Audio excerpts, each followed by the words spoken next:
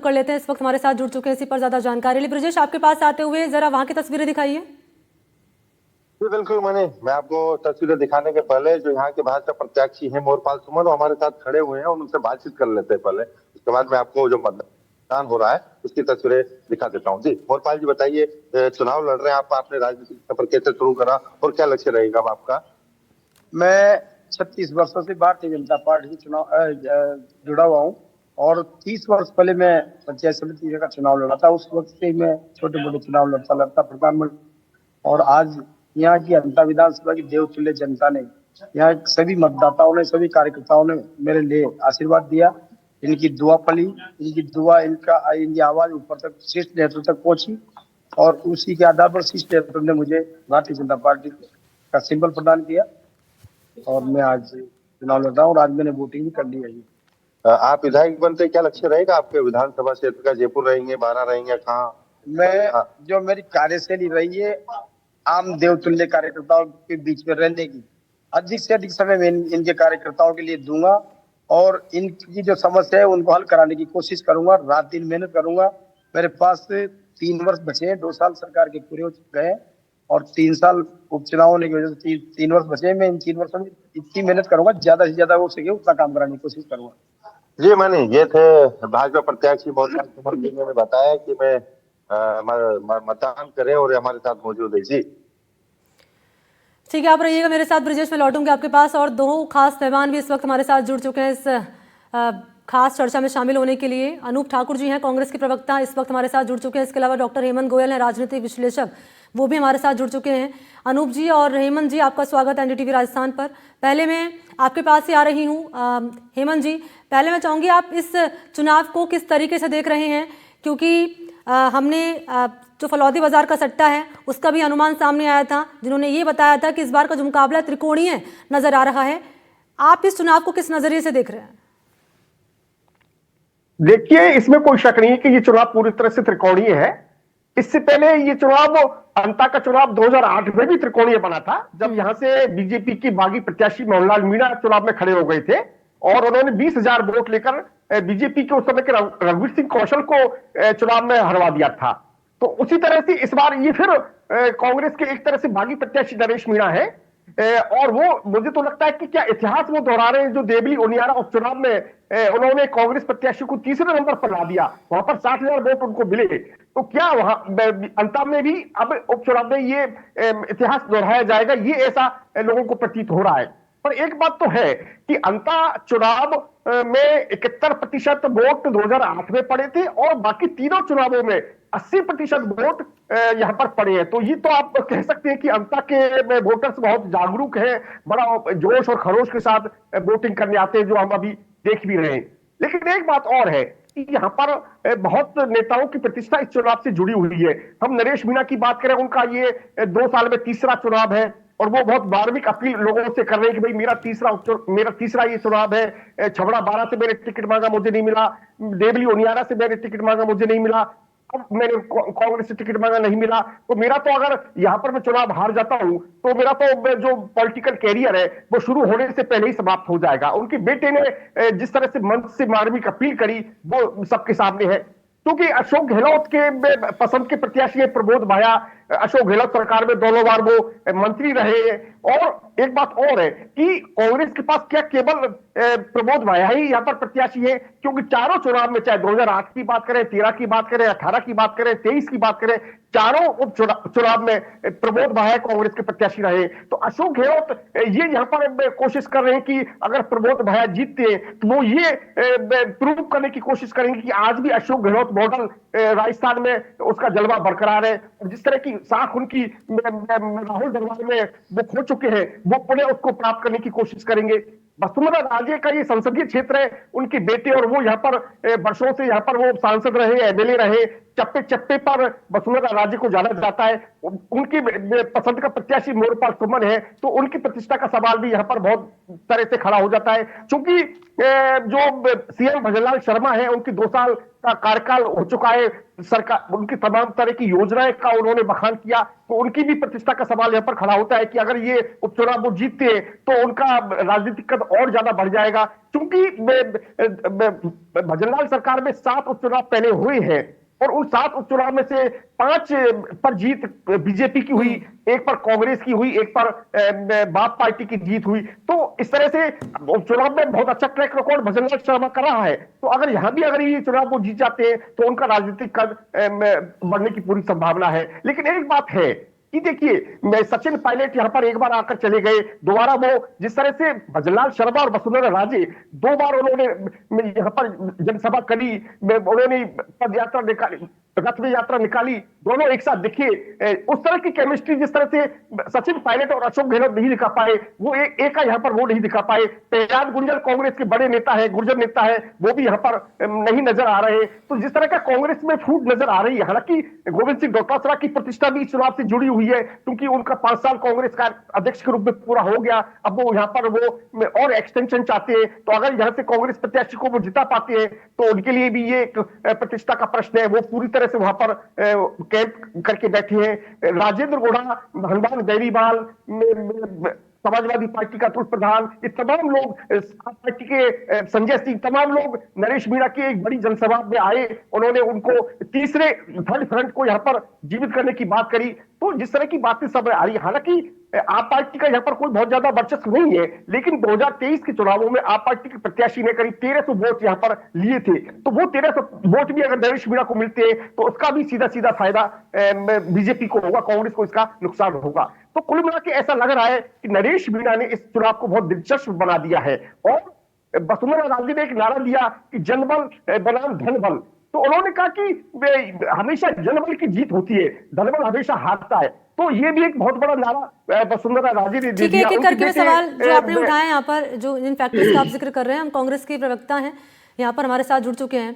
अनूप जी, आपके पास आते हुए पहले शुरुआत ही यहाँ पर हेमंत जी ने की है कि कांग्रेस पार्टी ने हमेशा जब जब टिकट दिया है, चुनाव लड़ा है, प्रमोद भाया को यहाँ पर लड़ाया है, क्या उन्हें किसी और पर भरोसा नहीं है? और भी आपने सुना, तमाम बातों को जिक्र करते हुए नजर आ रहे हैं और कह रहे हैं कि इस बार का जो मुकाबला है वो त्रिकोणीय नजर आ रहा है। आप क्या कहेंगे इस पर और कैसे देख रहे हैं इस चुनाव को आप? पहला विषय आपने कहा 8, 13, 18, 23 में प्रमोद जैन भाया को उम्मीदवार बनाया गया, ये सत्य है। और प्रमोद जैन भाया वहां के लोकप्रिय उम्मीदवार हैं। प्रमोद जैन भाया ने 12 के लिए जो काम किए हैं वो अभूतपूर्व हैं। वहां का मंदिर, मस्जिद, गुरुद्वारा हो या चर्च, 36 कौम के धार्मिक स्थानों पे काम करने का काम प्रमोद जैन भाया ने किया है। दिलों में बसते हैं प्रमोद जैन भाया। वहां का अस्पताल हो, वहां के शिक्षा के केंद्र हो, सबके लिए प्रमोद जैन भाया ने काम किया है। तो इसलिए वहां रोड और गांव-गांव को सड़कों से जोड़ने का काम प्रमोद जैन भाया ने किया है। आप देखिए ऐसे क्या हालात हैं, वसुंधरा जी को क्या जरूरत पड़ती है कि जब चुनाव आते हैं, अगर इनका काम किया होता तो एक वर्ग विशेष के जिसके वोट ज्यादा हो उसी को उम्मीदवार, सामान्य सीट से आप कंवरलाल मीणा को आपने उम्मीदवार बनाया। मैं पूछना चाहता हूं कि आपने क्या छानबीन जांच पड़ताल नहीं की थी? क्यों उपचुनाव की स्थिति आई? क्यों जनता को वापस इस दंड को झेलना पड़ा? वापस ये चुनावी खर्चा क्यों झेलना पड़ा? ऐसे हालात क्यों बने? 2 वर्ष पूरा आप कंवरलाल मीणा जी को इसलिए लाए कि आपको ये पता था कि आपने काम किए नहीं है, आपको जीत मिलने की संभावना नहीं है, इसलिए सामान्य सीट पे आपने एसटी के उम्मीदवार को खड़ा कर दिया और कंवरलाल मीणा जी जीत गए। लेकिन उनकी कार्यशैली जीरो रही। 2 साल की जो त्रासदी है वो अंता और 12 की विधानसभा को झेलनी पड़ी। कोई विकास के कार्य होना दूर, अराजकता का माहौल 12 और अंता की विधानसभा में रहा। तो ये सारे हालात अंता की विधानसभा में लोगों को झेलने पड़े हैं। अब उस सारी परिस्थितियों को देखते हुए वापस भारतीय जनता पार्टी के नेताओं की समझ में आ गया कि नहीं जीत पाएगा यहाँ पे भारतीय जनता पार्टी की मोहर का उम्मीदवार।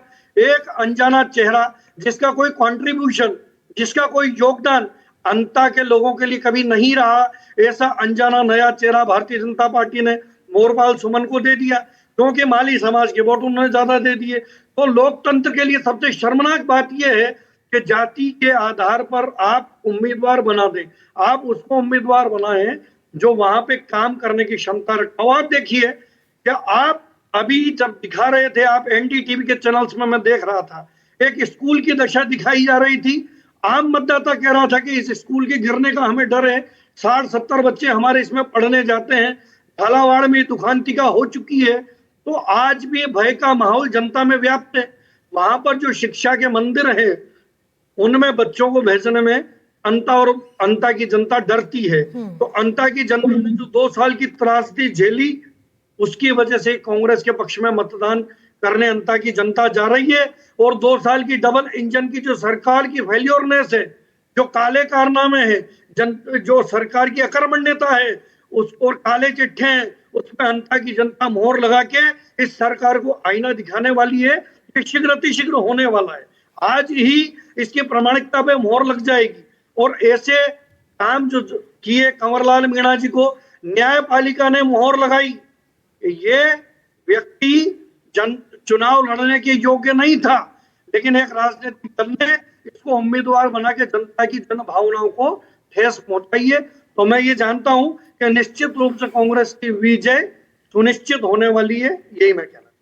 ठीक है, मैं लौटूंगी आपके पास अनूप जी। अच्छा, मैं एक बात का जिक्र यहाँ पर करूंगी, फिर उसके बाद अलग अलग पार्टी के लिए कौन कौन से फेवर जो हैं वो जाते हुए नजर आ रहे हैं, मैं एक एक करके आपसे पूछूंगी। हेमंत जी, आपने यहाँ पर शुरुआत में बोला कि एक व्यक्ति को ही लगातार जो है मैदान में उतारा गया, फिर तो बिहार में नीतीश कुमार को भी नहीं उतारना चाहिए था मैदान में, लगातार वही कई सालों से चुनाव लड़ रहे हैं।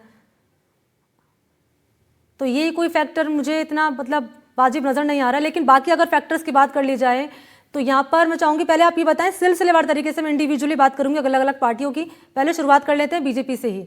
बीजेपी के कौन कौन से जो फैक्टर्स हैं वो आपको नजर आ रहे हैं फेवर्स में जाते हुए कि BJP might win this seat?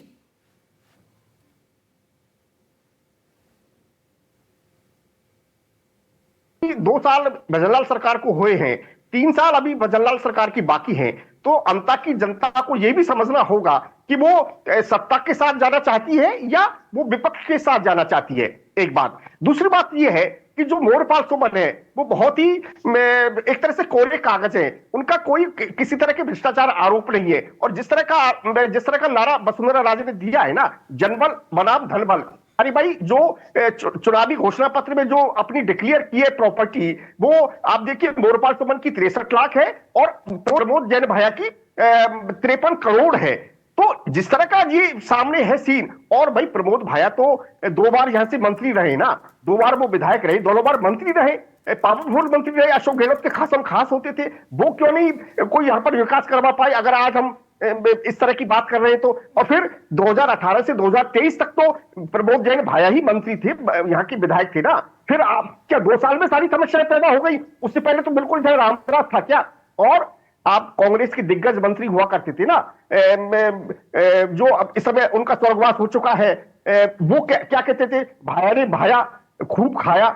अरे भाई वो तो हमेशा अशोक गहलोत को अपने केस काटकर और वो भिजवाया करते थे कि प्रमोद भाई के खिलाफ कार्रवाई होनी चाहिए, तमाम भ्रष्टाचार के आरोप इनके खिलाफ है, आपराधिक मुकदमे इनके खिलाफ दर्ज है। वो ठीक है कि ये समाज सेवा करते हैं, लेकिन क्या वो बहुत बड़े व्यापारी नहीं है, बहुत बड़े बिजनेसमैन नहीं है? तो जिस तरह की एंटी इनकन्वेंसी उनके खिलाफ दिख रही है वो स्पष्ट तौर पर है। अब नरेश मीणा एक युवा प्रत्याशी था, सचिन पायलट जब कांग्रेस के प्रदेश अध्यक्ष थे तब उन्होंने कांग्रेस ज्वाइन करी थी, वो 3 बार से टिकट मांग रहे हैं, उनको टिकट नहीं मिल रहा है। क्या उनको टिकट नहीं मिलना चाहिए था? क्या नरेश मीणा को मौका नहीं मिलना चाहिए थे? ये भी वहां की जनता पूछ रही है। तो ये तमाम बात इस तरह की है। लेकिन प्रमोद भाया के खिलाफ सबसे ज्यादा जो बात सामने निकल के आ रही है वो उनके भ्रष्टाचार के आरोप है, उनके खिलाफ वो एंटी इनकम्बेंसी स्पष्ट तौर पर दे रही नजर आ रही है। सीएम भजनलाल ने कहा कि मोरपाल सुमन गांव का बेटा है, गरीब का बेटा है, किसान का बेटा है, और मैं भी गांव का बेटा हूं, किसान का बेटा हूं, गरीब का बेटा हूं, तो मैं और मोरपाल सुमन तो सालू भाई हो गए। और तमाम तरह की बातें उन्होंने कही। एक बात और है कि ठीक है हेमंत जी, मैं आपको माफी के साथ यहाँ पर रोक रही हूँ, वक्त मेरे पास कम है। और अनूप जी आपका भी शुक्रिया, हेमंत जी आपका भी शुक्रिया हमारे साथ जुड़ने के लिए और इस चर्चा में शामिल होने के लिए। और इस चुनाव को लेकर आगे भी अपडेट आप तक पहुंचाते रहेंगे। फिलहाल एक छोटा सा ब्रेक।